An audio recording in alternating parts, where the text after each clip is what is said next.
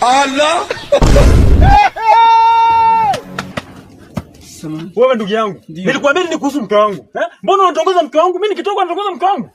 Mbona bosi mimi sijamtongoza bosi? Wewe mbona unatongoza mke wangu? Mara ngapi kwa mimi kutongoza mke wangu? Sijamtongoza bosi. Mpige, ananitongoza. Madam ni muongo bosi. Nilitaka kukuambia siri, madam akakuzuia bosi. Siri gani? Mbona hukuniambia wewe una siri gani? Mimi nikitoka unatongoza mke wangu. Kumaanisha mimi na hapa nakula tunda moja. Hapana bosi. Wewe, geti imekushinda? Hapana bosi. Wewe mfanyaje huyu mke wangu? Aende.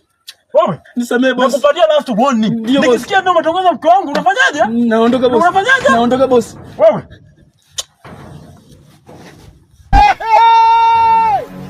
Pale bana, mimi niko natoka hivi. Sasa nikashindwa sijui ni mwizi, sijui ni nani, jamaa. Yaani, ndugu yangu watu wanaiba bana.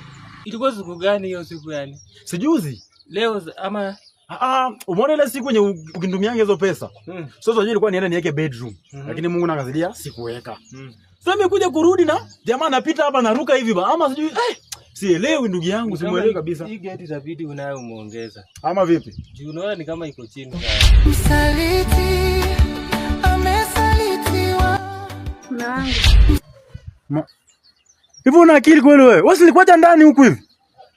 Nilikuwa nimeenda shopping. Hapa nenda kuna shopping wewe mwanamke?